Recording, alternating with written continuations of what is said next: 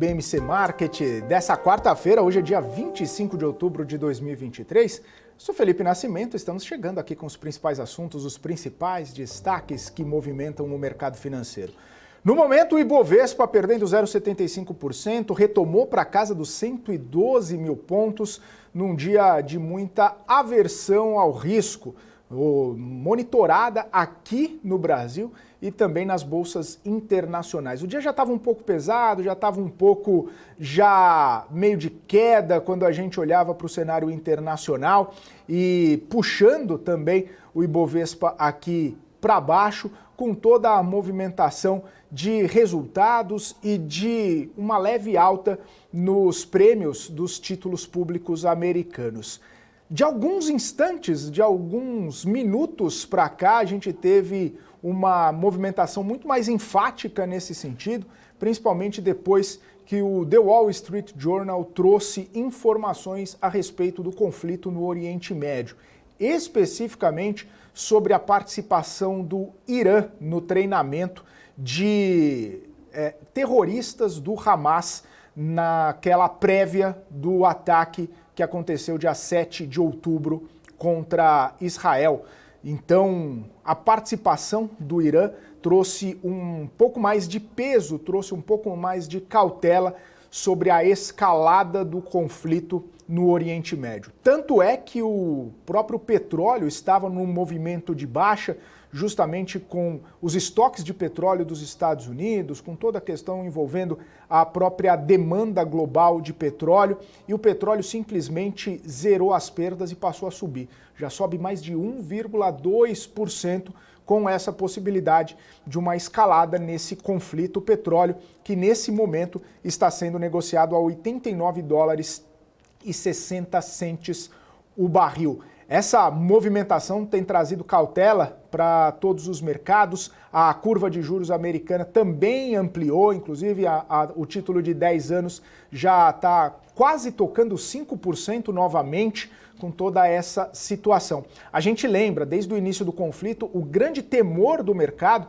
e o grande ponto sensível que estava sendo colocado no radar do mercado era a ampliação do território de conflito, a possibilidade de entrada de outros países nesse conflito, especificamente o Irã que tem uma capacidade nuclear bastante forte, o Irã que inclusive foi advertido pelos Estados Unidos de que não se envolvesse com esse conflito, de que talvez não pudesse ter qualquer tipo de relação com esse conflito, senão Estados Unidos fariam algum tipo de repreensão, algum tipo de movimentação um pouco mais forte contra o Irã. O Irã que se mostrou e já tinha até mesmo comentado que não tinha nenhum tipo de relação, nenhum tipo de participação. Agora, com essa informação obtida pelo The Wall Street Journal, estaria focado ali, estaria no centro das atenções, justamente por ter treinado e possibilitado o treinamento de militares do Hamas, de pessoas terroristas envolvidas em todo esse ataque contra Israel.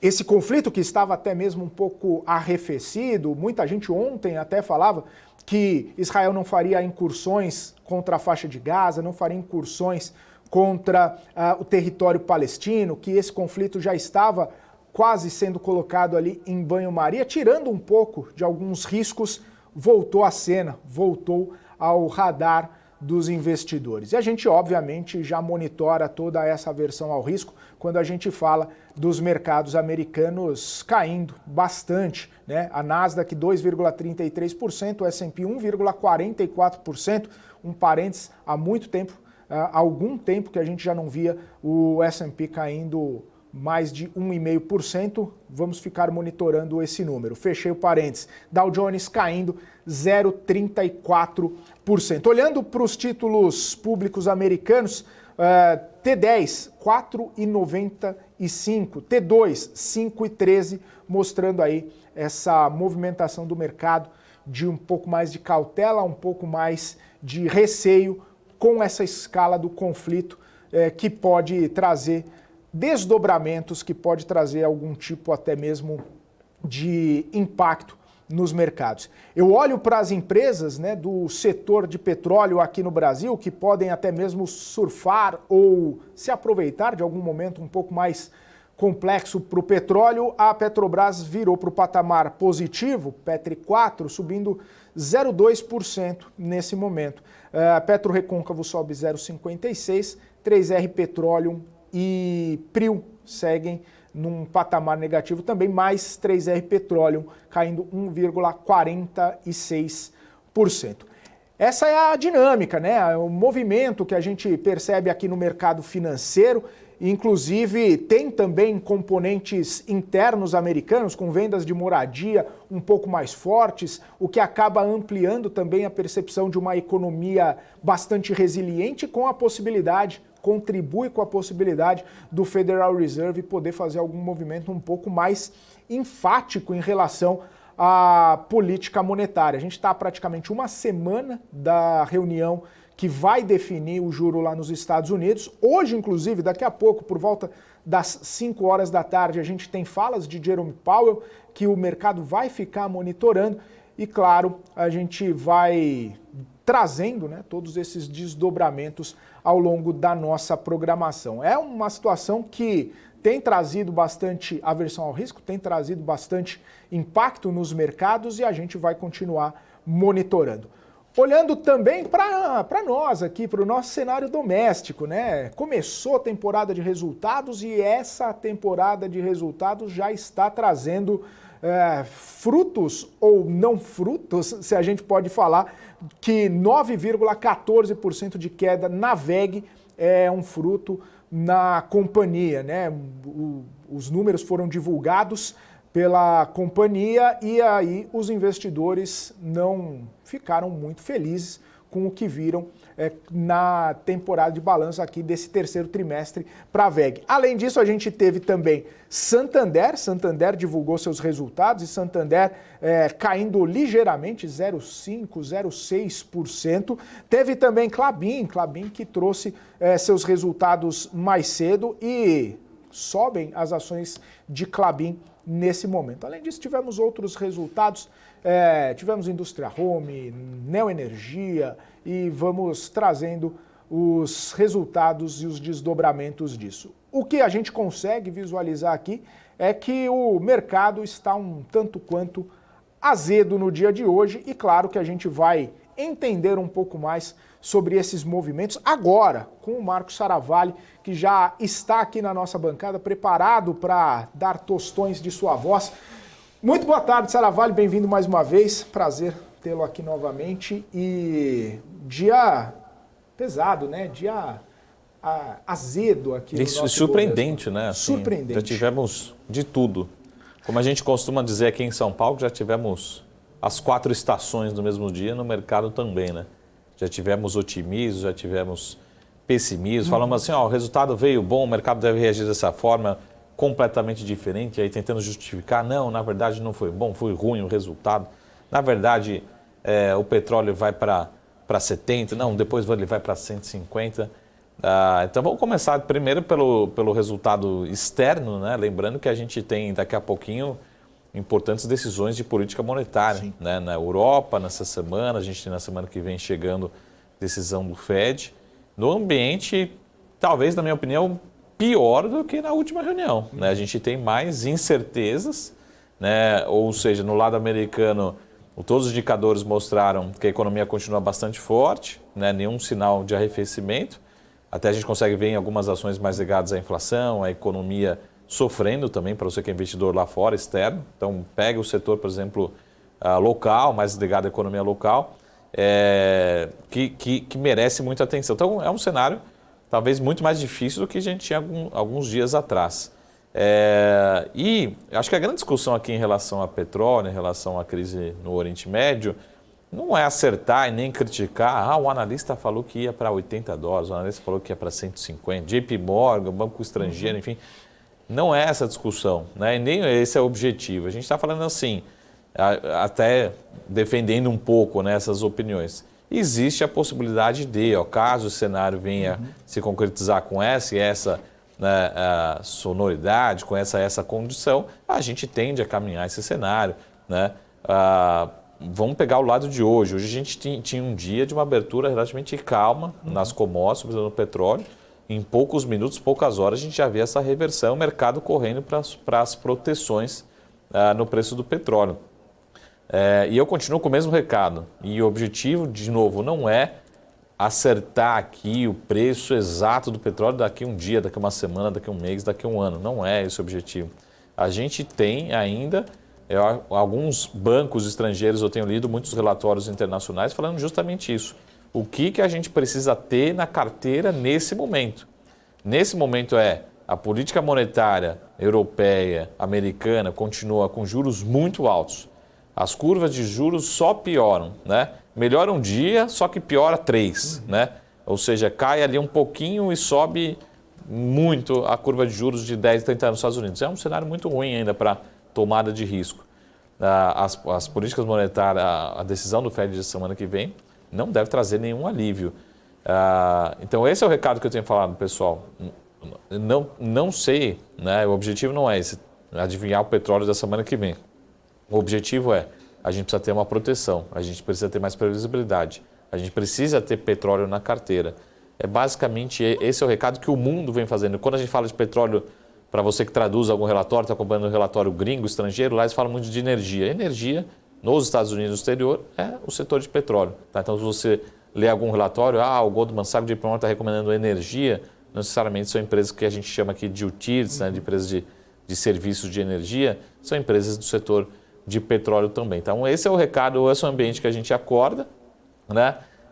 Ainda com resultados corporativos mistos lá fora, no cenário internacional, e aqui no Brasil, de certa forma, dentro do esperado, mas não deve ser. Quando a gente olha para a linha de cima, eu acho que principalmente uma companhia que ela é uma small cap, que já antecipando uma pergunta do Felipe aqui, que é uma small cap pouco comentada pelo mercado, pouco coberta, enfim, pouco negociada, mas ela já pode talvez antecipar um pouco do que pode ser o nosso terceiro e quarto trimestre, que é a Home. A Home divulgou resultados e mais do que o resultado em si, ela sinalizou uma carteira de pedidos bastante fraca. O que é a Home?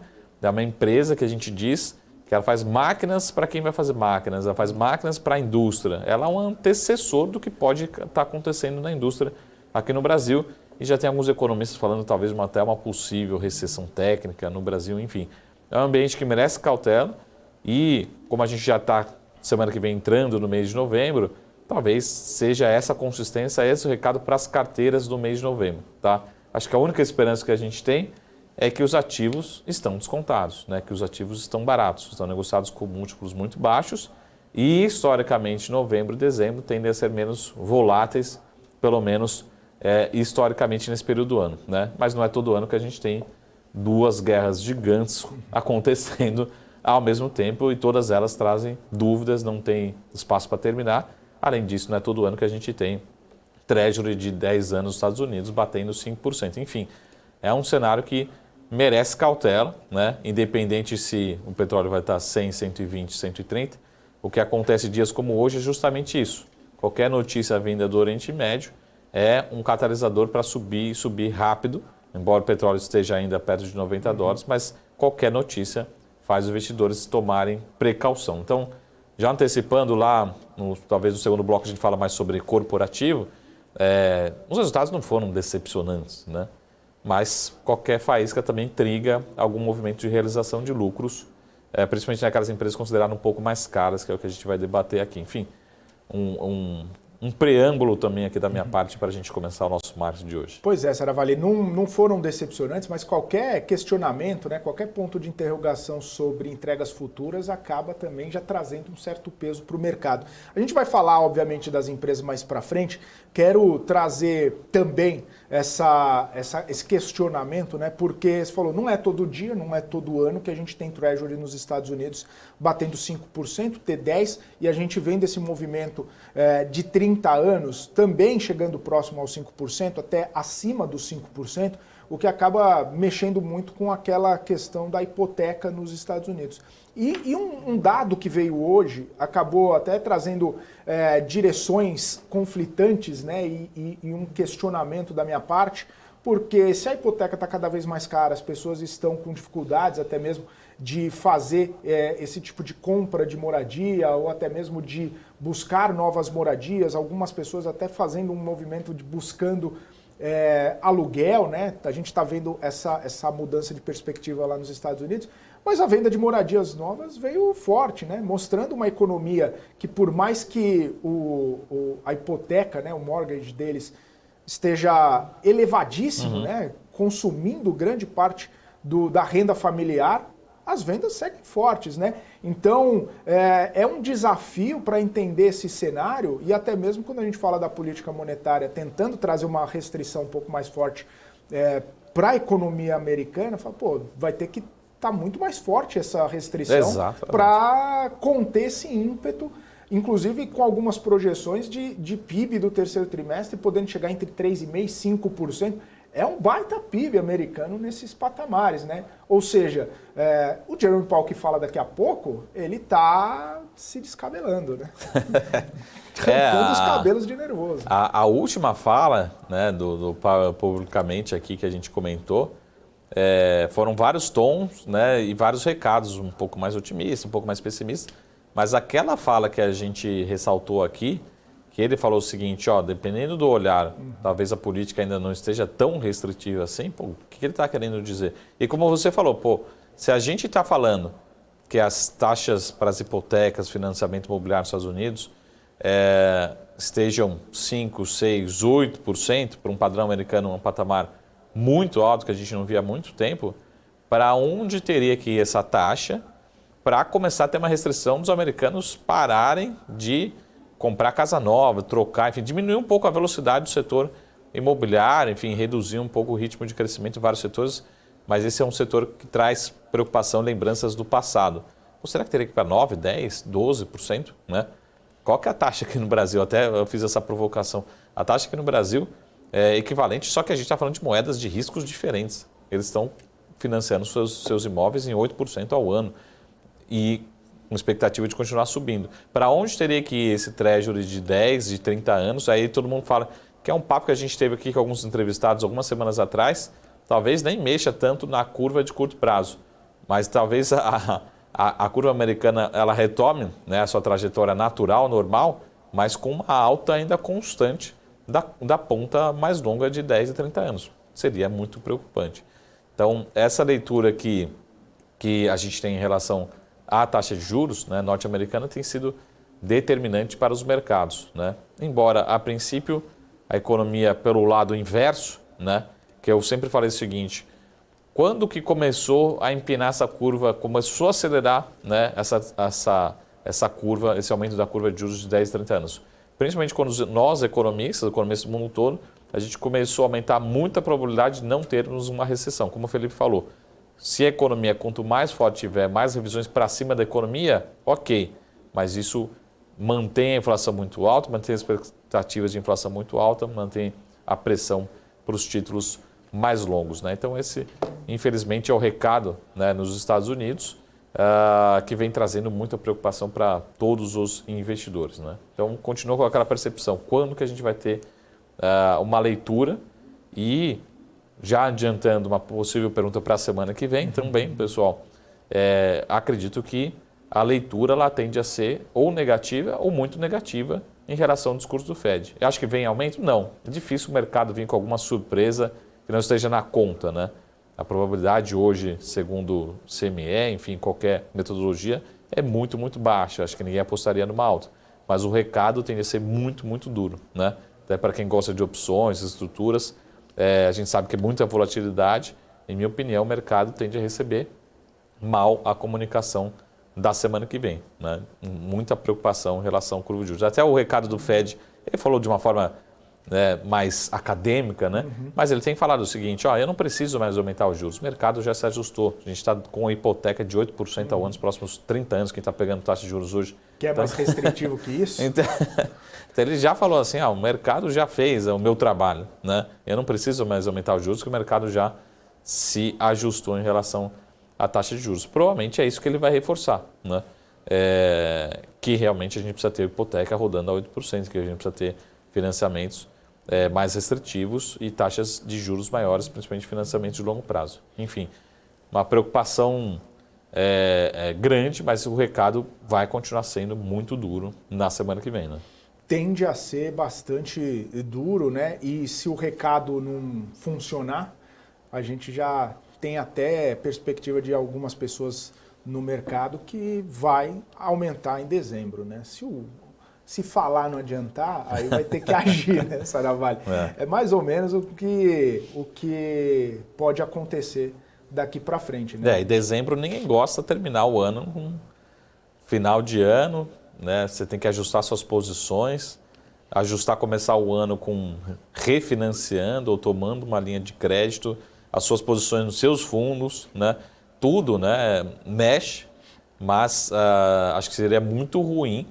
E como o Banco Central americano, né, os principais bancos centrais têm falado muito sobre a dependência de dados, né? Se eu fosse o presidente do Banco Central, se não tiver espaço para aumentar, como a gente não tem espaço para aumentar nessa reunião de novembro, não aumentaria em dezembro. Talvez jogaria a culpa entre nós aqui, né? Jogaria a culpa nos dados, falando, não, vamos esperar outros dados e toma essa decisão no começo de 24. Né? Não acho que seria nada saudável terminar o ano aumentando os juros. Né? Imagina você chegar no final de ano e falar assim, realmente o cartão de crédito vai ficar mais caro, financiamento estudantil vai ficar mais caro, financiamento imobiliário vai ficar mais caro. Né? Começar o ano com esse peso, né, da curva de juros mais alta, acho que seria bastante ruim até para o ânimo do americano. Né? Belo presente de fim de ano.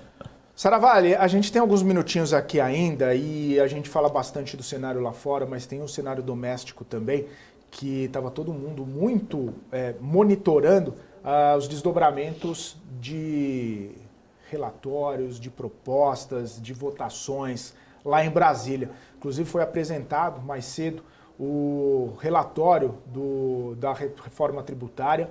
Agora há pouco, o próprio Arthur Lira falou que deve colocar em votação offshores e fundos exclusivos e aí talvez uma coincidência, talvez não, da saída da Rita Serrano, presidente da Caixa, que era um alvo ali, entre aspas, do Centrão para a composição da base do governo federal.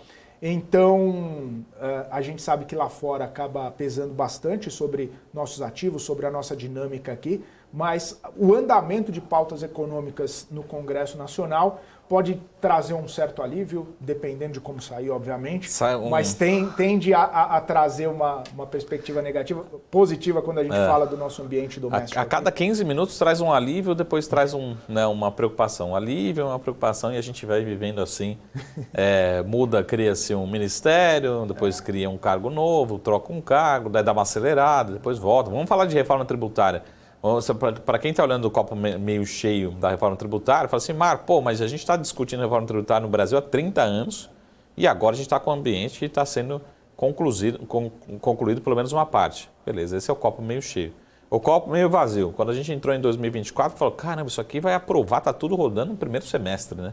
Agora a gente está fechando o ano de 2023, talvez no começo de 2024 a gente tenha as definições, né? Agora vem para o Senado, hoje o relator estava falando publicamente, não sei se vai ter, agora a gente tem recesso, se tem agenda, enfim, o fechamento talvez fique para 2024. A gente teve perdas importantes do governo agora dessa semana e agora vem a aceleração. Coincidentemente, vem a aceleração de algumas pautas após essa troca no comando da Caixa, né? E o governo sempre fazendo conta, né? Perdi de um lado, desoneração, tenho que correr agora com o offshore, como é que eu posso acelerar essa pauta do offshore, vamos trocar o comando da Caixa, fica sempre essa preocupação. E eu queria até também colocar um ponto adicional, que foi uma provocação minha hoje, né? Até fazendo aqui uma referência a um artigo, né? uma coluna ali do jornal O Estado de São Paulo de hoje, falando sobre um ponto importante que acho que a gente discutiu muito pouco. A gente falou muito, o mercado financeiro falou muito sobre preocupação em relação a Petrobras, que acho que é super válido, precisamos discutir. Tem alguns pontos relevantes, temos essa preocupação em relação à governança da Petrobras, mudança do estatuto, mas hoje esse artigo, essa coluna do Estado, mostra um pouco da mudança no CAD, né? A colocação de mais um indicado político. Em minha opinião, de novo, não é o trâmite do CAD. Não é assim que o CAD funciona. É mais um cargo super técnico, super importante, que está sendo, sim, indicado político, algo que não é indicado pelos membros do CAD e, principalmente, alguém que não é profissional, né? Não é alguém capacitado, pelo menos não tem um histórico, né? Pode ter currículo, de novo, para outras capacidades, mas não para esse cargo. Então, não é assim o histórico do CAD, não é assim que funciona. Foi, pelo menos é o que está na coluna, foi desavisado, ou seja, foi pego de surpresa, não é o tradicional e mais um indicado político por um cargo muito importante e muito técnico, né? Então, lógico, acho que soma-se a todas as notícias e acho que a gente vai terminar, infelizmente, essa semana, né, com esse tema, né? Na sexta-feira, fazendo um resumo do que foi essa semana, acho que talvez governança, né, corporativa, de uma forma geral como um todo, não só nas empresas, mas no governo como um todo, essa é a minha preocupação, né? Voltar a ter realmente participação de cargos, não só influência política, mas também de profissionais que não necessariamente qualificados para aqueles determinados cargos, né? Então, é esse debate que a gente queria trazer. Falamos muito Petrobras, super importante, devemos continuar falando, mas olhem também um pouco do que está acontecendo e essa é a minha preocupação e é muito importante termos responsáveis estritamente técnicos, né, também nesse órgão, no CAD, que é muito importante. Então, só para a gente somar, né? Então, o governo vem tentando... Por isso que teve aquele debate nas redes sociais, na mídia também, né, no jornalismo, sobre a possibilidade de uma revisão da reforma previdenciária. Pelo visto, acho que a gente não tem muito ambiente para essas discussões mesmo em 2024. A gente não tem... o governo acho que não teria nem apoio para chamar essa possível discussão, que acho que o consenso é que qualquer discussão acho que seria um retrocesso, né? Só de gastar tempo, né, em algo que já está implementado, é um sucesso, é bem reconhecido, né? Todos os economistas acho que reconhecem esse ponto, mas a princípio a gente não tem nem espaço, não tem apoio, ou teria que realmente, não vou falar isso, né? Talvez criar outros cargos, enfim, ou outras mudanças no governo para chamar esse apoio. Melhor não dar ideia. Melhor não dar ideia. É igual as conversas, de repente, de revisão de marco do saneamento, exatamente, de privatização de Eletrobras. Vamos parar por aqui. Uma série de coisas que colocaram na pauta ali, mas melhor não falarmos. 3 horas em ponto, a gente vai para um rápido intervalo. Você que está nos acompanhando aqui, você que acompanha o BMC Marketing, continue com a gente, daqui a pouquinho estaremos de volta, mais Marcos Saravalho, mais convidados, continue com a gente.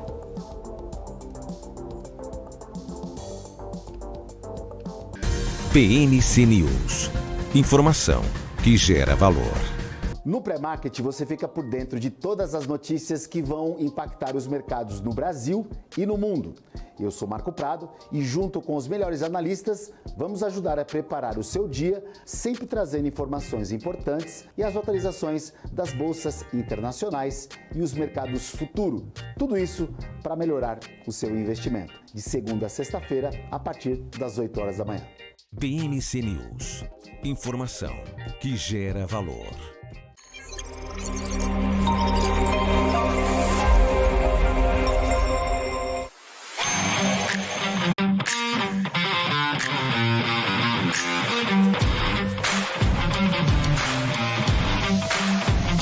Vortex Beyond.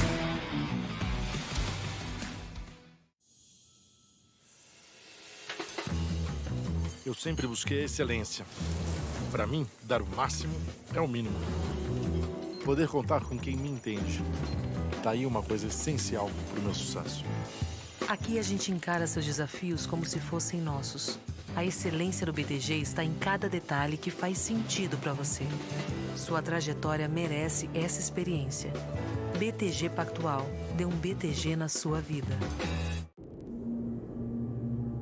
Regenerar. Dar nova vida a algo. Melhorar. Restaurar. Ressignificar. Regerar. Gerar outra vez. Nós existimos para regenerar. Regenerar o planeta A. Porque não existe planeta B. Ambipar. A líder em gestão ambiental. BMC News. Informação que gera.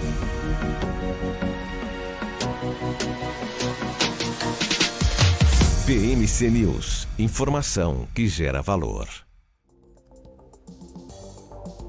Muito bem, estamos de volta aqui na programação do BMC Market ao vivo, 3 horas e 3 minutos, Ibovespa acelerando perdas, 0,86% de queda, já batendo 112.779 pontos. Não é ainda a mínima intradiária, que já chegou pouca coisa, né? 735 nos 112 mil, mas está quase lá, né? Bateu na mínima intradiária, deu uma voltada, mas mesmo assim o cenário ainda está pesando bastante aqui no Ibovespa, principalmente quando a gente vê virando para o patamar negativo as ações ordinárias de Petrobras, os bancos também, que começaram, principalmente o Banco do Brasil e o próprio Bradesco, que começaram o pregão num otimismo, já viraram para o patamar negativo. Além disso, a Petri 4 está arrefecendo um pouco, a Vale, que estava bastante otimista ao longo do comecinho do pregão, já perdendo um pouco de fôlego também, e o cenário doméstico, as empresas que têm uma ligação um pouco mais forte aqui com o cenário doméstico, essas empresas seguem bastante pressionadas com a abertura da curva de juros aqui no Brasil, principalmente o DI mais longo já operando aí com altas de mais de 1%. É um cenário bastante desafiador que a gente tem visto, inclusive reflexo de toda a questão que a gente vem discutindo sobre os Estados Unidos e mais recentemente agora também com toda essa situação envolvendo o próprio conflito lá no Oriente Médio. Comentei um pouco mais cedo sobre uma possível participação do Irã e algum tipo de represália por parte dos Estados Unidos. Agora há pouco, inclusive, o próprio primeiro-ministro de Israel, Benjamin Netanyahu, afirmando que está prestes a fazer uma incursão, um ataque por terra contra a faixa de Gaza, contra a Palestina, em busca dos reféns feitos pelo Hamas, em busca, obviamente, dos próprios integrantes do Hamas. 3 horas e 5 minutos para a gente conversar um pouquinho a respeito dos desdobramentos de todo esse cenário no setor de óleo e gás, no setor de petróleo especificamente. Quero chamar o Fabiano Vaz, analista da Nord Research, está aqui conosco. Fabiano, seja bem-vindo aqui ao BMC Market, muito boa tarde para você. Boa tarde, pessoal, tudo bem? Tudo jóia. Obrigado pela sua participação. Fabiano, estava trazendo essa movimentação, né, essas novas informações que têm saído no cenário internacional sobre o conflito, pressionando bastante também, não só o cenário, mas também o próprio petróleo. A gente via que ao longo dos últimos dias foi perdendo força, todo aquele ímpeto após a primeira invasão a Israel, primeiros ataques a Israel por parte do Hamas. O petróleo ganhou um fôlego, ganhou expectativa de alta e, posteriormente, com talvez um arrefecimento desse conflito e alguns outros indicadores que foram saindo ao longo dos últimos dias, o petróleo voltou para casa dos $87 o barril. Hoje a gente já vê uma nova alta, né, uma nova possibilidade, talvez uma escalada do conflito, trazendo apreensão sobre as commodities. Como que está a sua visão, né? É claro que as coisas vão acontecendo, os analistas vão tendo informações mais atualizadas, mas de cenário base, cenário projetado com escalada de conflito, como que você está observando esse comportamento do petróleo no cenário internacional e, claro, os possíveis desdobramentos aqui para nós? Eu acho que, assim, é tudo muito recente, né, esse conflito. Até o mercado acho que já conseguiu precificar um pouco ali, acho que até segunda-feira o petróleo tinha subido mais ou menos 9% desde do início do conflito lá em Israel. Eu acho que o mercado ele segue de olho, mas eu acho que assim, o cenário base ainda é que a gente não veja uma escalada, pelo menos nesse momento. Eu acho que uma escalada com certeza poderia acabar puxando o preço da commodity. Mas acho que hoje o cenário base ainda é que o Irã, né, principalmente, ali não entre nesse conflito. Mas, de qualquer forma, acho que o mercado ele segue acompanhando bem de perto, porque com certeza isso pode ter algum impacto na commodity, sim. Boa. Boa tarde, Fabiano. Tudo bom? Bom trabalho. Tudo ótimo. Fabiano, acho que a gente até tem, principalmente nas redes sociais, também aqui na mídia, sempre tem aquelas provocações, né? O banco XY falou que ia para 120, 150 dólares, enfim. Você acha que esse cenário ele é possível, embora não seja, talvez, o mercado vem precificando como pouco provável de acontecer, mas você acha que ele é possível? E também o inverso é verdadeiro. A gente viu já o petróleo agora nessa tarde, qualquer notícia adicional, ele volta a se valorizar. Enfim, qual que seria o cenário base, né, olhando principalmente para os conflitos no Oriente Médio? Vamos pegar aqui os próximos 3, 6 meses, né? Como é que você tem trabalhado nessas projeções? Será que aquele cenário 120, 130 é um exagero, né? Ou você acha que ainda tem mesmo que seja pequena, uma possibilidade de acontecer?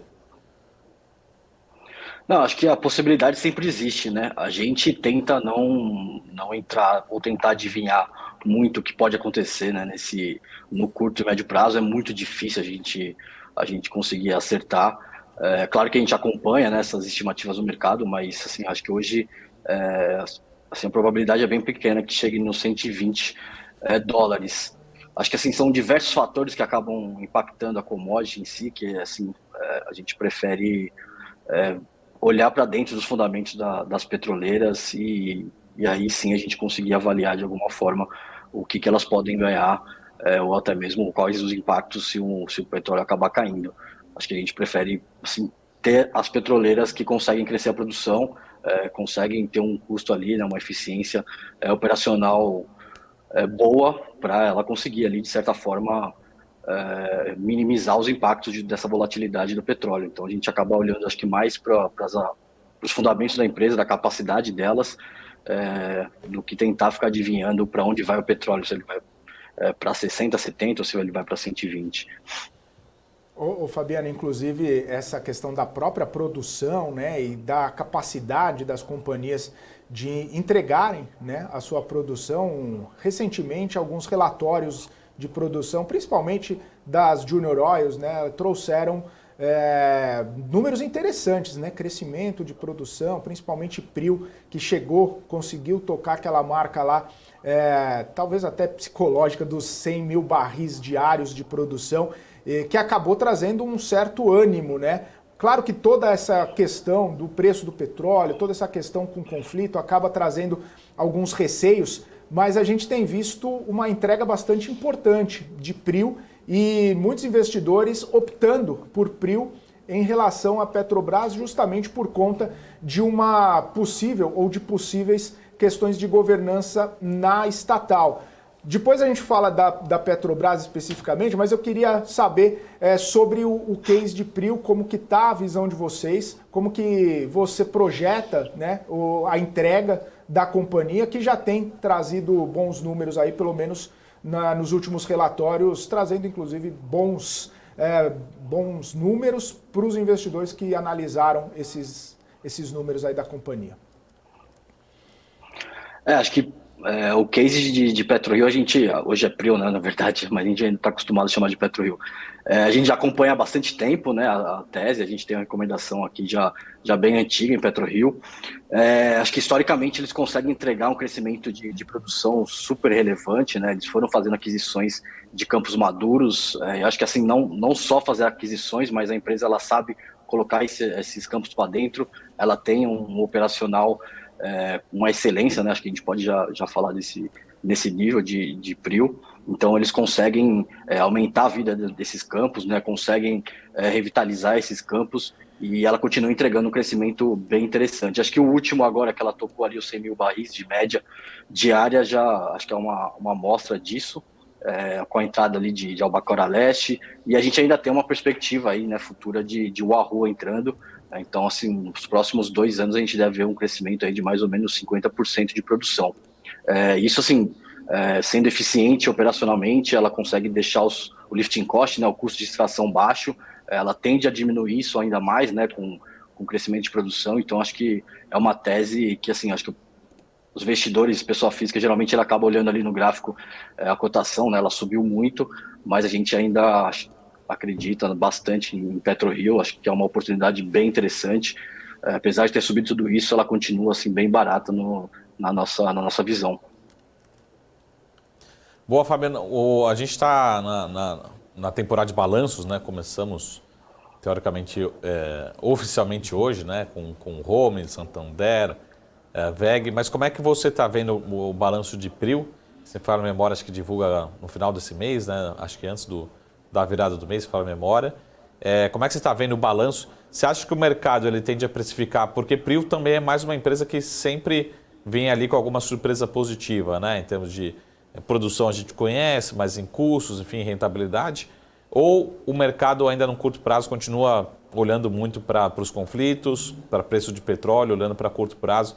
Você acha que pode ter surpresa positiva? Porque acho que entre nós dois aqui, acho que a gente espera que o resultado venha bom, né? Venha forte, enfim, como tem sido aí nos balanços anteriores, né? Como é que você espera, né, os dados e como você acha que o mercado pode receber esse balanço?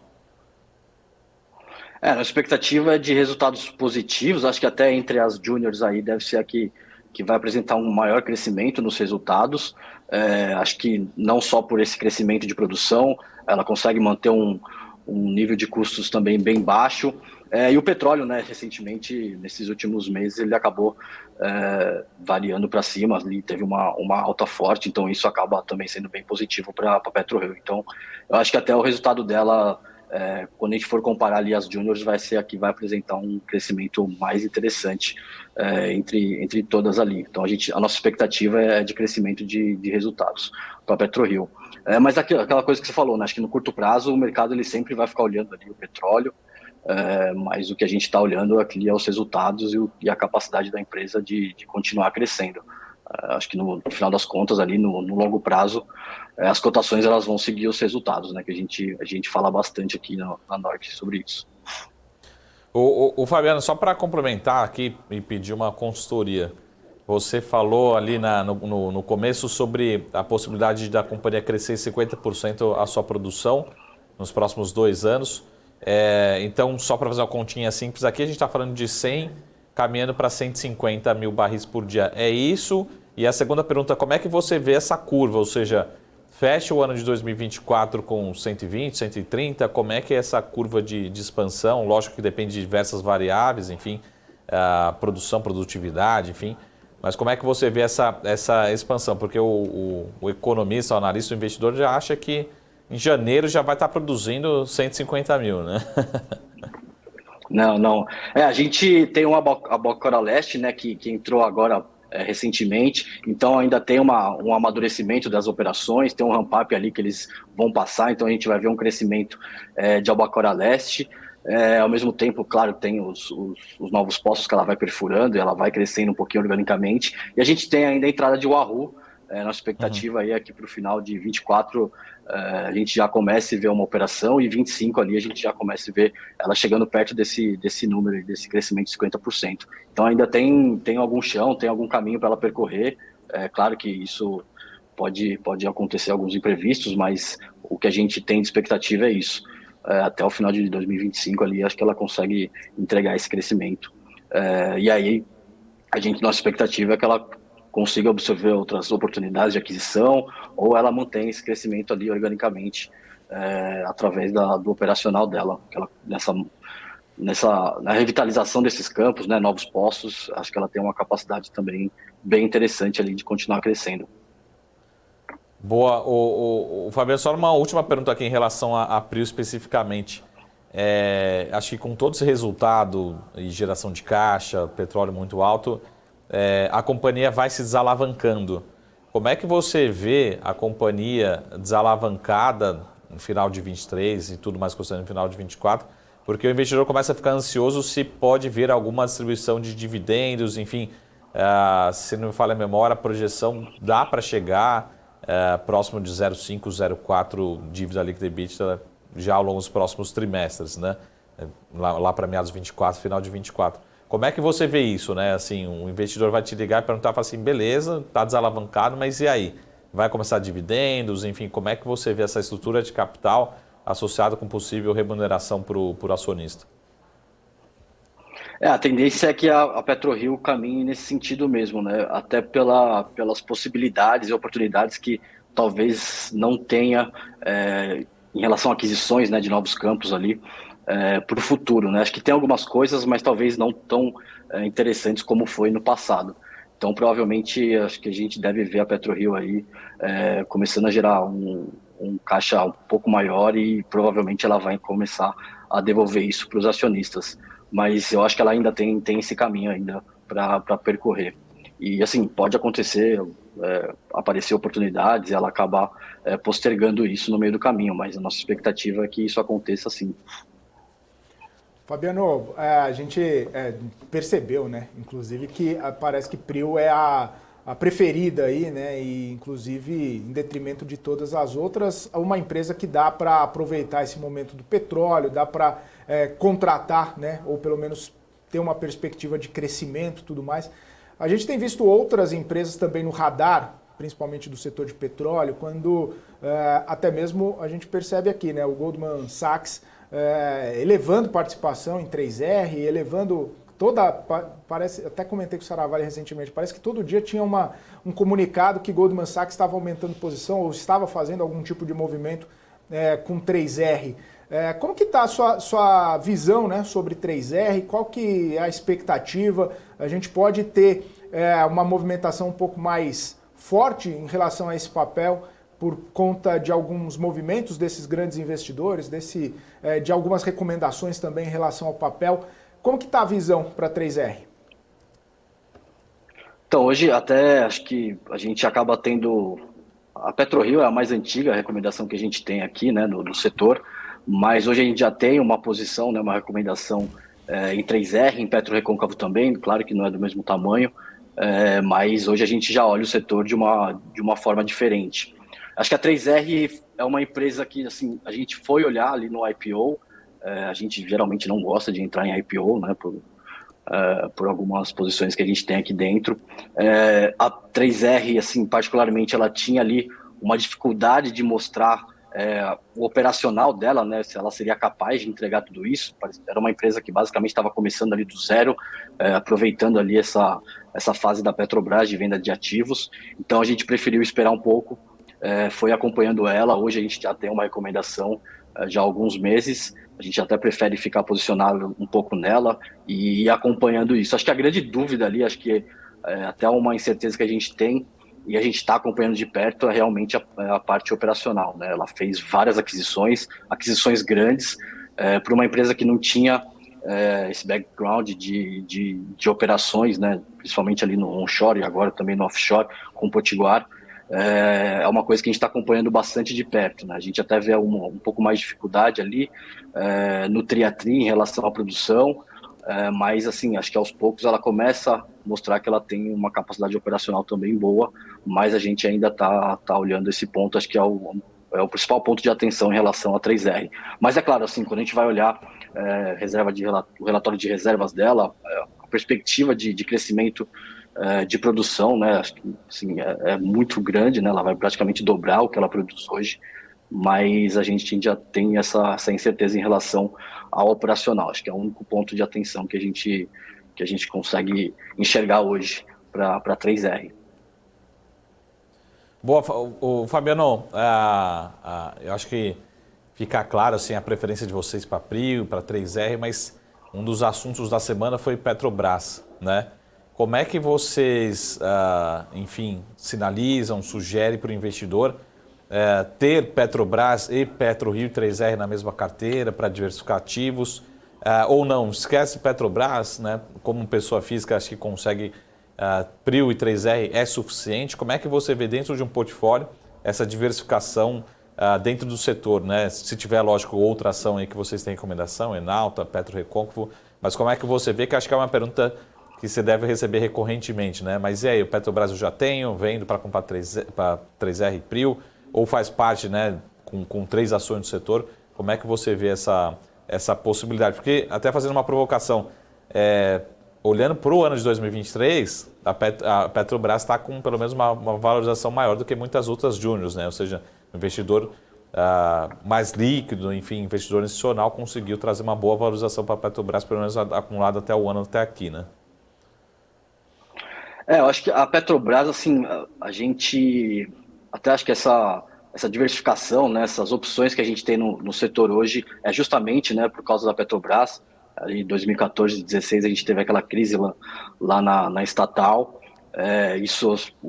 A gestão nova acabou colocando ela com um foco maior no que realmente ela sabe fazer, né, que é a exploração e produção de águas profundas e ultraprofundas, e começou a abrir espaço, né, para uma PetroRio, para uma 3R aparecer, para uma PetroRecôncavo, com a venda dos ativos. Então acho que isso a gente conseguiu aproveitar bem, né? Então a gente acaba olhando as juniors, assim, quando a gente vai comparar com a Petrobras, a gente vê essa de uma maneira positiva, essa capacidade deles que eles têm de crescer produção, e a Petrobras não, né? Fora esse risco de ser uma estatal, de intervenção do governo, que a gente não fica nem um pouco confortável com isso. Então, nossa recomendação hoje é para quem tem Petrobras trocar pelas juniors, com uma preferência clara ali para a PetroRio, mas também olhando para as outras. Assim, como eu falei, a gente não fica nada confortável com a estatal. Acho que até quando sai um pouco desse foco dela, de olhar só para exploração e produção no offshore, acho que isso já deixa um sinal bem negativo. A gente já começou a ver isso no ano passado, esse ano já ficou mais intenso isso ainda, né, com a movimentação em relação aos investimentos para o futuro da Petrobras, e por isso que a gente acaba gostando, né?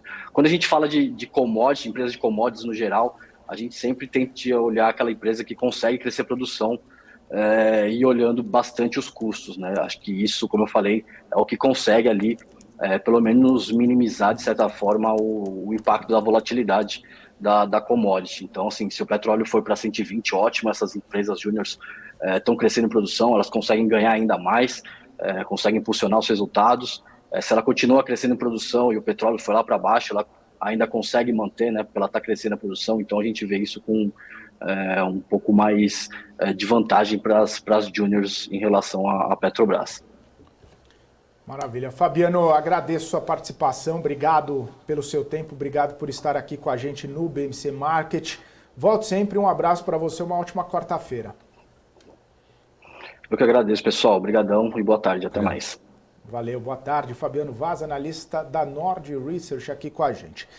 3 horas e 25 minutos. Marcos Saravalli estava monitorando aqui o desempenho de Petrobras e a gente falava sobre preço de petróleo, sobre toda essa movimentação, toda essa situação envolvendo talvez uma possível escalada de conflito, sem contar que é um dia, talvez, de mais um dia de recuperação depois daquele tombo da segunda-feira. O que me lembra que ontem a gente falava sobre talvez possíveis movimentações e falas do próprio CFO sobre uma redução de danos, né, tentar conter toda esse ímpeto de venda em relação à Petrobras. Ontem à noite o CEO, o Jean Paul Prats, foi a público, né, gravou um vídeo, divulgou nas suas redes sociais e um ponto que chamou a atenção foi que talvez a comunicação poderia ter sido diferente, né? E a gente falou bastante sobre isso, como que a Petrobras comunicou essa mudança, essa possível mudança de estatuto, como que a Petrobras comunicou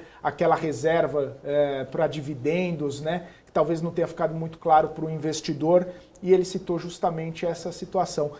Talvez houve uma comunicação menos transparente, um pouco falha da companhia, e aí a segunda parte da pergunta, uma comunicação mais transparente agora, né, com o CEO, o CFO, outros diretores da Petrobras falando, não, a governança não está em jogo, tentando, né, sinalizar que a governança não está em jogo. É suficiente para resgatar a confiança, de repente, do investidor? Pelo menos momentaneamente, né? A princípio a gente vai caminhando, até se surpreendeu ontem, fechando aí em torno de 1,5%, né, de alta de valorização, depois de cair 6%.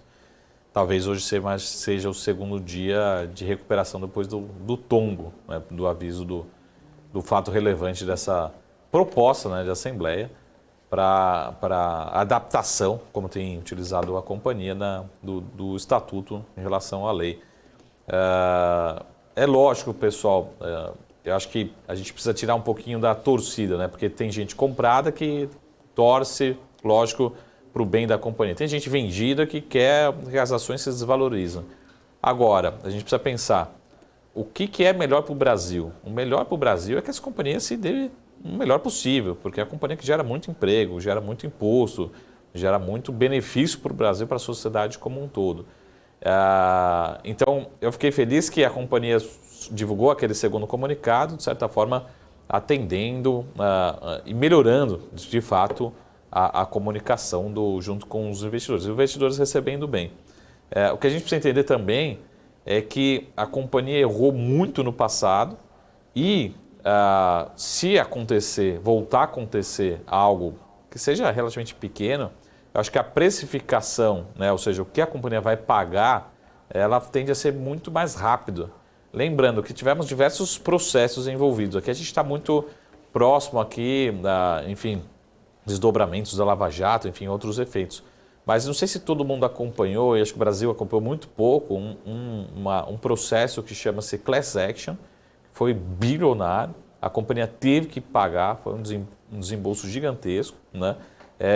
E acho que hoje todos os executivos, se não fazem isso, deveria fazer. Primeiro dia que entra na companhia como executivo da companhia, deve entender o que é uma Class Action, como é que foi no passado, quanto que a companhia foi impactada. Então hoje acho que seria muito rápido e a companhia, na minha opinião, deve todo dia evitar qualquer barulho em relação à governança corporativa.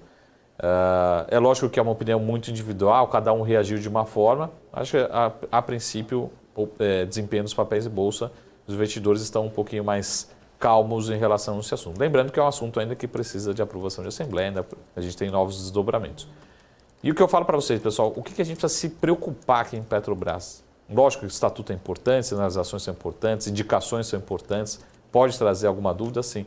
Mas o mais preocupante é política de investimentos. Se a companhia fala, eu vou investir $1 bilhão na Venezuela, ou 5, ou 3, é aí que pode realmente trazer dúvida. Por fluxo de caixa, para algum movimento que vamos rolar aqui na Madeira, né, alguma possível impacto no fluxo de caixa, tá? É aí que a gente tem que se preocupar e é aí que a gente vai saber ao longo do tempo. Está diminuindo a rentabilidade, investimentos estão sendo bem feitos, tá? Para mim, esse é o ponto de preocupação, tá bom? A princípio, lógico que é preocupante, né? Mas a companhia também acho que está muito atenta a todos os pontos de governança e o que a gente também, como ser humano, a gente sempre busca que todos aprendam com erros do passado. Né?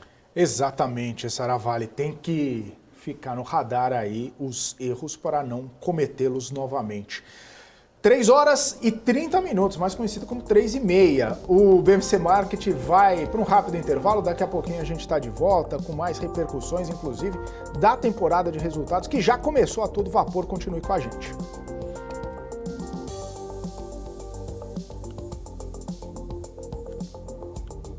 PNC News. Informação que gera valor. O que acontece no mercado financeiro no Brasil e no mundo está na BMC News. São 24 horas de programação para ajudar o investidor na melhor tomada de decisão.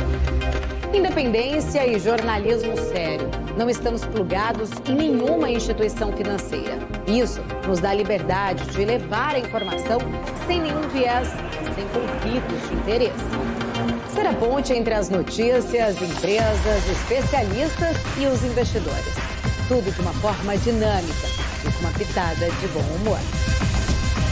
Informação que gera valor, você sempre vai encontrar na BMC News.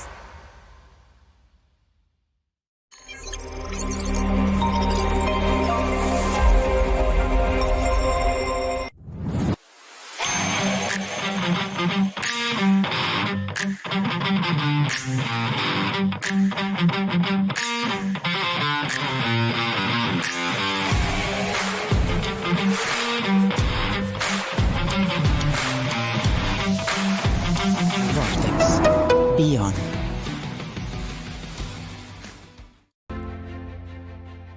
A Pado traz soluções de segurança e tecnologia, se reinventando diariamente, proporcionando experiências inovadoras. Uma empresa totalmente brasileira, feita por brasileiros, que não tem medo de mudar. Mudamos para questionar e transformar. Estamos sempre em busca do novo. Um novo lugar, um novo jeito de evoluir, uma nova porta para abrir e ampliar horizontes. Pados, garantindo a sua segurança. As empresas que fazem parte do seu dia a dia estão em uma das maiores bolsas do mundo, a Nasdaq. E a boa notícia é que você pode investir nessas empresas diretamente pela Avenue, sua corretora nos Estados Unidos. Com os dados das ações dos Estados Unidos fornecidos pela Nasdaq em tempo real, o cliente Avenue pode acessar diretamente as maiores bolsas do mercado americano. Entre neste mercado de tecnologia e inovação. Acesse avenue.com.br/Nasdaq e seja bem-vindo ao mercado global. PNC News. Informação que gera valor. PNC News. Informação que gera valor. Muito bem, estamos de volta aqui na programação BMC Market ao vivo, 3 horas e 33 minutos, monitorando essa queda do Ibovespa nessa quarta-feira, 0,86% de queda, 112.781 pontos. Chegamos na mínima intradiária, 112.680 pontos, com as ações de Vale, Bradesco e Petrobras Ordinária puxando um tanto dessas quedas aí, juntamente com todo o cenário interno. A gente falava, né, abertura da curva de juros, temporada de resultados também trazendo uma pressão um pouco mais forte aí sobre alguns ativos. Justamente na temporada de resultados, a gente vê que fez efeito, e efeito bastante forte, em cima de VEG, que está caindo 9,25%. As ações da companhia se desvalorizando muito fortemente, inclusive com um volume financeiro muito forte, muito alto para a empresa, que VEG, a gente até vendo mais de 1 bilhão de reais sendo negociados na companhia, que tem uma média diária aí de 250, mais ou menos, 250 milhões de reais na média. E hoje negociando 4 vezes nessa média, investidores buscando se desfazer mesmo dos papéis. Interessante, Saravalli, e aí já quero trazer, né, esse começo de repercussão de temporada de resultados que a gente vai fazer ainda bastante ao longo dos próximos dias, semanas. Mercado não gostou dos números de VEG, né? Caindo 9,25 agora. Você falava no começo, né, no preâmbulo, né, que alguns resultados talvez não sejam ruins, mas as projeções, as perspectivas, o olhar, né, para frente talvez não seja o que o mercado gostaria de ver. O mercado já sabia que alguns resultados vão ser ruins nesse terceiro trimestre.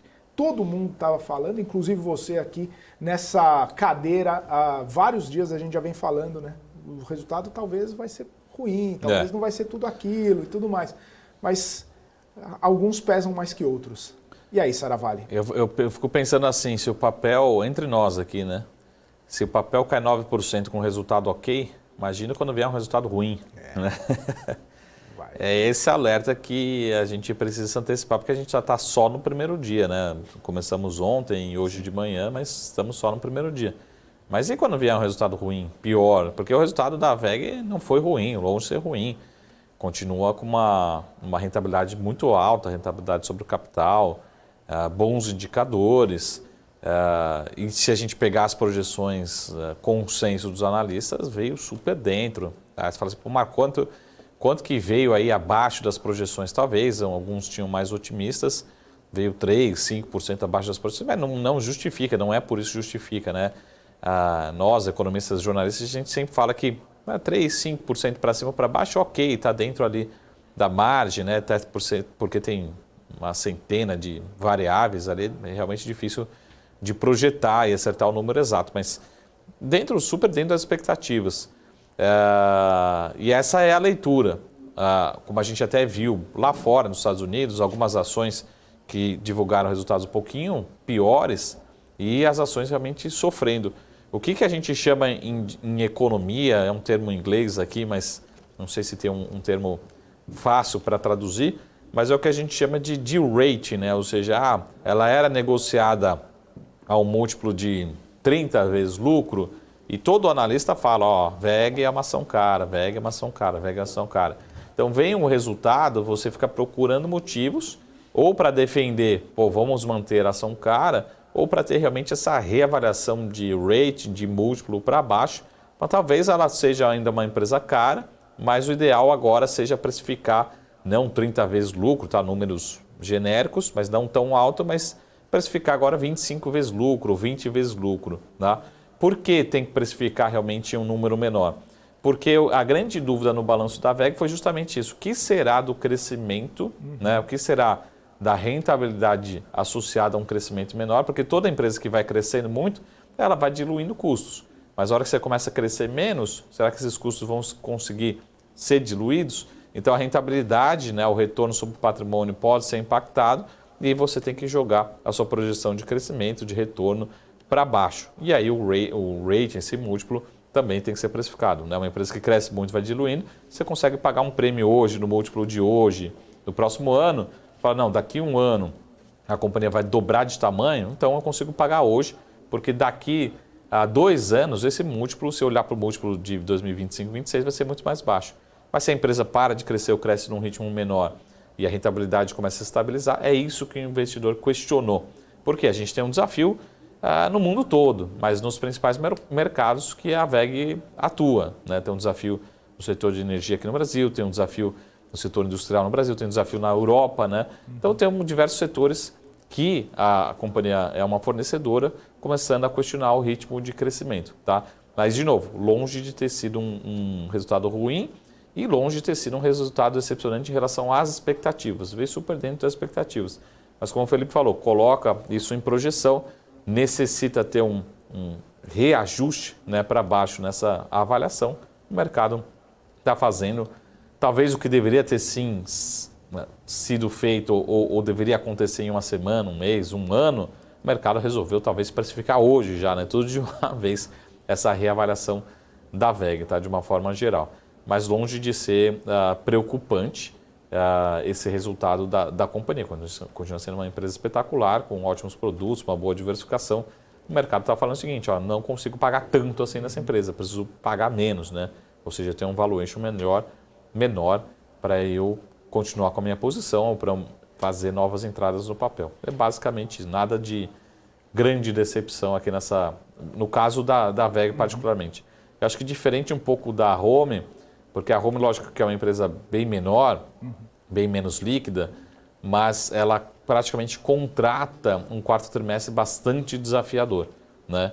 E aí a gente pode ter, sim, uma carteira de pedido menor, receitas menores, lucros menores. Aí sim, acho que tem uma preocupação. E toda a preocupação em relação a gente tem ao PIB industrial. Né? A gente tem um PIB industrial ainda bastante fraco. E lembrando que a Home é uma fornecedora para o setor industrial. Então aí sim, acho que tem alguns setores, particularmente, que a gente contrata um número mais fraco. Tá? A Home, infelizmente, no curto prazo, é uma companhia que já sinaliza uma preocupação em relação ao PIB, à nossa atividade econômica, já com uma carteira de pedidos sinalizando alguma fraqueza. Tá? Então esse é o recado em relação à WEG, que é o setor industrial como um todo. Né? Se Home contratou, Saravalli, um quarto trimestre de repente um pouco mais frágil, assim, um pouco menos acentuado,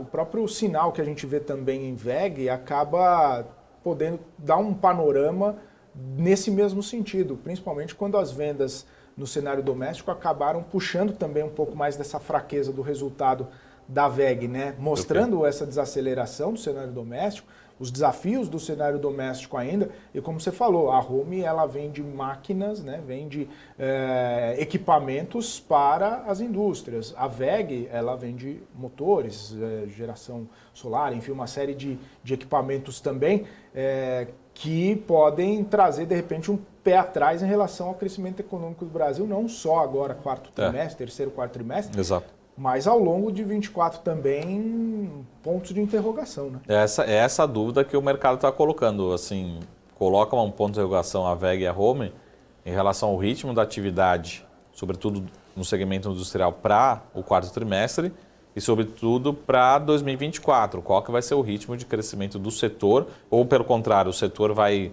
dar passo para trás em 2024, né? Já que a gente está sinalizando, sempre tem aquele carrego para 2024. Né? Porque se a WEG, o pedido não está chegando na WEG, se o pedido não está chegando na Home, é porque você já sabe na sua indústria que você não vai ter expansão de demanda em 2024.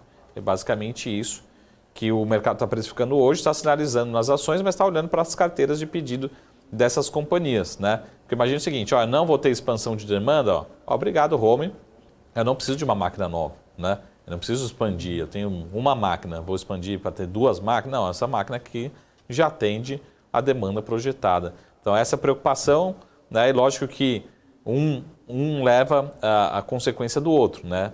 Os resultados dessas 2 companhias levam a acreditar que pelo menos no segmento industrial a gente possa ter um PIB bastante fraco no quarto tri, mas já contrata uma dúvida muito grande para 2024. É lógico que WEG é diferente um pouco da Home, porque a Home é bem voltada ao segmento industrial. A WEG tem uma gama gigantesca, né, de produtos e serviços, que pode ir desde o eólico, desde a indústria, da celulose, da automobilística, enfim, passa por quase todos os setores, mas tem uma relação muito grande também com o segmento industrial, com o PIB industrial como um todo, né? Mais cedo a gente conversava até com o Werner Roger, o Saravalli, e me chamou a atenção uma frase dele. Ele falou, poxa, um trimestre, né? Não necessariamente um trimestre ruim, acabou com a empresa, né? A gente vê a reação do mercado hoje, até se assusta, né? Poucos dias que a WEG cai 9%, né? Eu resgatei aqui uns dias no meio da pandemia caindo 15, 20, mas a gente sabe como foram aqueles dias, né? Dia de maluquice. Mas, enfim, um trimestre, ou que sejam 2, 3, ele fala, numa projeção de 10 anos, é quase nada de uma história da companhia. E muita gente fala, pô, a WEG é cara e está sempre cara e vai continuar mais cara. Olhando para dias como esse, né, onde o mercado fica um pouco mais avesso, onde o mercado fica um pouco mais cauteloso, se você olhou a empresa, se você analisou, se você gosta do case e tudo mais, é dia de aproveitar, Saravalli, pensando, claro, não estou pedindo para você recomendar, mas olhando, né, sobre uma estratégia de um investidor que olha e fala, pô, eu nunca vi, de repente, a WEG caindo em condições normais de temperatura e pressão 9%. Talvez seja a hora, talvez seja o momento. Como que, né, atua, como que se comporta em dias assim? Bom, a gente precisa entender, lógico, assim, que tem um efeito risco de mercado, né, vamos dizer assim. Então, se a gente tivesse num dia espetacular do mercado, o Bovespa subindo 3%, provavelmente a WEG, na minha opinião, estaria zerada, né, não estaria tendo esse comportamento. O mercado iria ler só a notícia positiva do resultado da WEG. Fala, não, a WEG tem um desafio, mas ela sempre conseguiu superar. Vamos pegar o caso da pandemia, que as ações caíram 15% num dia. Mas ninguém saiu vendendo WEG, mesmo na pandemia ali, que era um cenário horroroso. A gente não está no mesmo cenário, né? Não é o mesmo cenário de março, abril de 2020. Aqui a gente consegue enxergar que tem um desafio, mas a companhia continua entregando ótima rentabilidade, ótima margem, enfim. O investidor precisa entender o seguinte, Marco, não tenho posição em WEG, né? Quero começar a comprar WEG. Eu acho perfeito, é uma empresa espetacular, é uma empresa que quem fez esse movimento nos últimos 10 anos só ganhou dinheiro com WEG. E não é para acertar o dia certo, né? Pode continuar caindo? Pode, a gente está com um momento de incerteza mundial. Agora, esses dias de queda, como o Felipe falou, eles não acontecem todos os dias, todos os anos, acontecem muito raramente na WEG. Então comece a fazer movimentos graduais. Se você está pensando em montar uma posição, por exemplo, de 5%, né? Começa fazendo uma alocação marginal e pense em montar essa posição nos próximos 2, 3 meses em WEG. Tá? Quem fez isso em 2014 se deu bem, em 2010, em 2008, né? Não importa muito aqui, teve crise no caminho, teve de tudo. Mas dá uma olhada no retorno, né, composto da WEG ao longo dos últimos 10 anos. Então esse é o recado. Se você tem interesse, se você quiser, a companhia, na minha opinião, vai continuar com uma excelência. Lógico, eu como analista ainda acho uma empresa cara, mas é uma empresa também muito boa, muito bem executada, enfim, acho que orgulho nacional, vai montando essa posição aos poucos. Mas Marco, a ação daqui uma semana caiu mais 2%. Beleza, vamos fazendo esse movimento aos poucos. Você vai ter um preço bom, um preço de entrada razoável, né? E vamos continuar acompanhando o movimento. Não acredito, não espero que a gente vá ver mais dias como hoje. Muito difícil, muito raramente. E a história mostra isso. Pode ter dias caindo mais 1%, 2% acompanhando o mercado? Pode.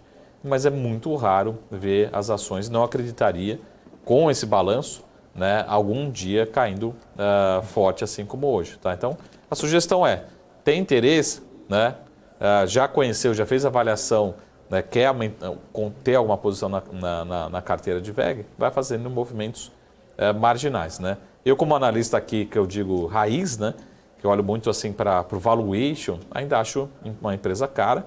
E dentro, podemos dizer assim, do segmento industrial, bens de capital na Bolsa, eu acredito que no momento a gente tenha melhores opções, a gente tenha melhores alternativas. Mas acho que na média o investidor de VEG não é um investidor que está preocupado com o movimento de amanhã, nem do próximo mês, nem dos próximos 2 trimestres. Historicamente, o investidor sócio acionista de VEG, na média, ele olha para 2, 3, 5 anos para frente, que é um investidor de longo prazo. Pelo menos os que eu conheço, né, olham para a VEG muito para uma posição de longo prazo do que ficar pensando assim, como é que vai ser o próximo trimestre, os próximos 2 trimestres da VEG particularmente. Então, dentro desse cenário, se você é um investidor um pouco mais de curto prazo, eu concordo que tem outras preferências, outros ativos melhores, vão entregar resultados melhores, estão passando por um momento melhor e estão com múltiplos mais descontados. Mas é uma questão muito de preferência, né, de gestão de portfólio, enfim, de perfil aqui de alocação. Né? Boa, Saravalli. Rapidinho para a gente mudar de assunto, mas manter temporada de resultados. Hoje teve Santander também, e o Santander, a gente até comentava, né? O primeiro dos bancos, acaba puxando a fila, acaba mostrando algumas informações aos investidores que talvez possam ser pinçadas ali ou pinceladas em alguns outros resultados de grandes bancos.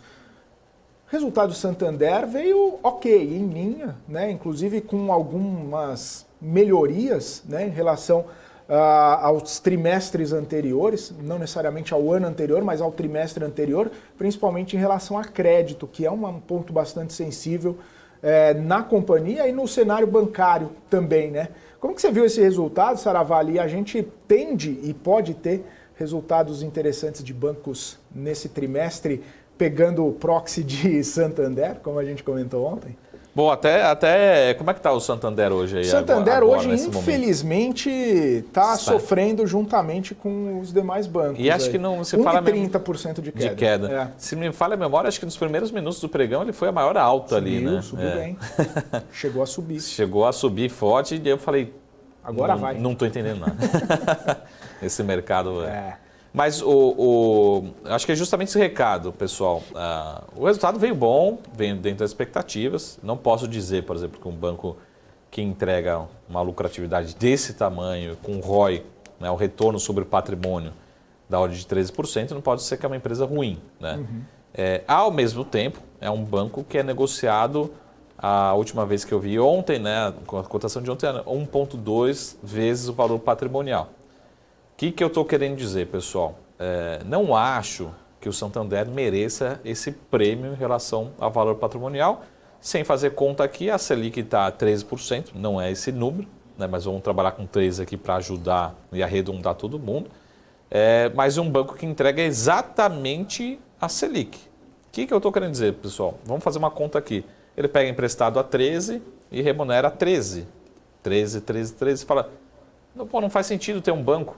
E por que você vai pagar um prêmio em relação ao valor patrimonial se ele está captando a 13 e está emprestando a 13? Porque é basicamente isso. Né? O que está sobrando na linha final é 13% de retorno para o acionista. E o 13% de retorno para o acionista você tem ali na Selic. Né?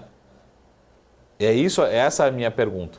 Por isso que eu falei, pessoal, é um banco que acho que o grande recado positivo foi em relação ao comportamento da inadimplência, que acho que traduz um recado positivo para os demais bancos, Itaú, Banco do Brasil, todos os principais bancos. Tá? Então, acho que é o lado bom da leitura. O lado ruim é que o Santander, pelo menos Itaú e Banco do Brasil, eles voltam a prevalecer uma distância muito grande em relação ao Santander e depois a gente vai ver Bradesco, em relação à rentabilidade. E aí eu sempre fico com aquela pergunta, o que está acontecendo de tão bom e... Ninguém nunca me responde, Felipe. O que está acontecendo tão bom no Itaú e no Banco do Brasil que não está acontecendo no Santander e no Bradesco? Né? Fica uma distância tão grande em termos de retorno sobre o capital, retorno para o acionista, muito gritante. Tá? Então, de novo, banco que entrega lucratividade menor, ROI menor, né? O ROI cadente, né? Retorno sobre o capital cadente.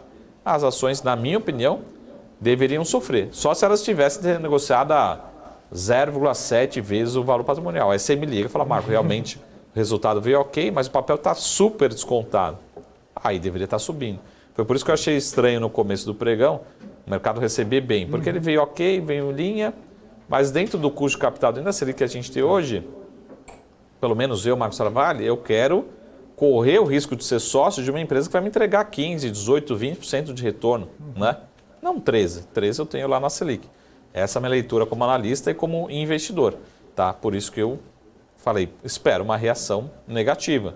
Nada decepcionante, mas negativa no sentido de escolher um investimento, né, dentro desse cenário que a gente está vivendo, que a Selic caiu, mas ainda é 13%, né? De novo, fazendo aspas aqui, que não é o número correto, 12,75 que a gente está vivendo nesse exato momento. Exatamente. Saravalli, a gente vai continuar a conversa ao longo dos próximos dias, a temporada de resultados está só começando, então deixa as considerações finais aí para o nosso público, por gentileza.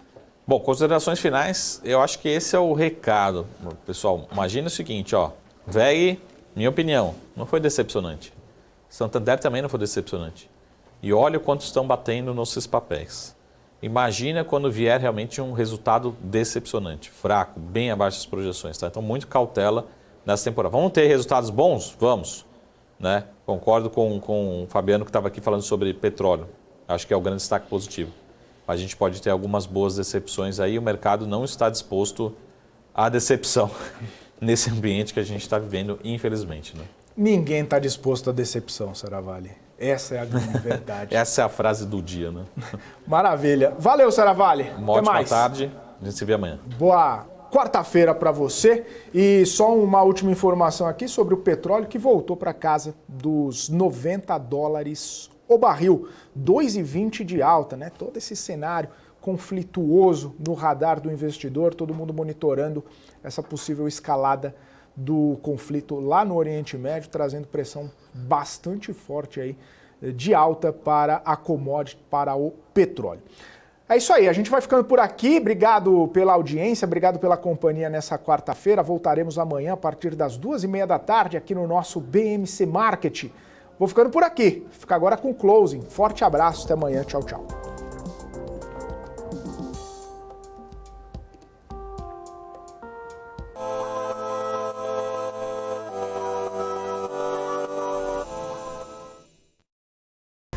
BMC News. Informação que gera valor. O que acontece no mercado financeiro no Brasil e no mundo está na BMC News. São 24 horas de programação para ajudar o investidor na melhor tomada de decisão.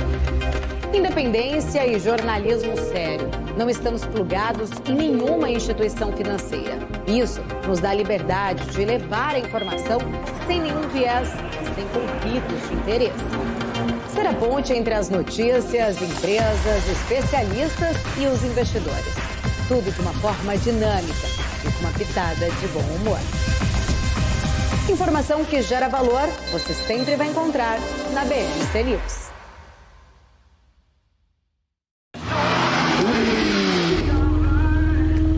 Boa volta. Cara, demais. Foi boa. E aí, Ju, tá curtindo? Espera aí, Razia, que eu tô só baixando o novo aplicativo da EQI pra abrir minha conta. Mas você não precisa fazer isso com calma? Não, é facinho. Deve ser até mais rápido que essa sua volta. Mais rápido do que minha volta de Porsche. Você duvida? Baixa o aplicativo. Amigos da EQI. E vai se criando um clima terrível no Autódromo de Interlagos. Vamos acelerar. De um lado, temos Luiz Razia. Do outro lado, temos Júlia Václavik. Bora, Razia. Precisa melhorar esse tempo. Tá no papo, tá no papo. Haja coração, meus amigos. Como ela tá indo, Nelsinho? Ela já fez o reconhecimento facial. Razia acelera pelo mergulho e vai se aproximando da subida dos boxes. Olha a Júlia finalizando. Vai ganhar, vai perder. Perdeu! Ganhou! Mas na verdade,